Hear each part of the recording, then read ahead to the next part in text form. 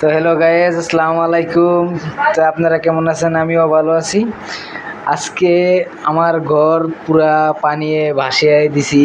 এই পানির ভিতরেই শুভ দরকারে আটটু ঢেলে দিলাম। গাইজ দেখেন, পানিয়ে ভেসে গেছে আমার ঘর। আয় পানি, তুমি কি পানি ঢেলে দিছ?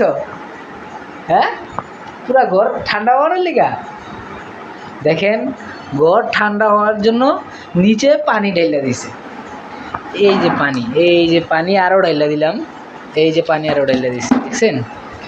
ঘর ঠান্ডা হওয়া লাগবে, এত গরম ঘুমাইতে পারি না। আজকে পানির উপরে ঘুমাবো।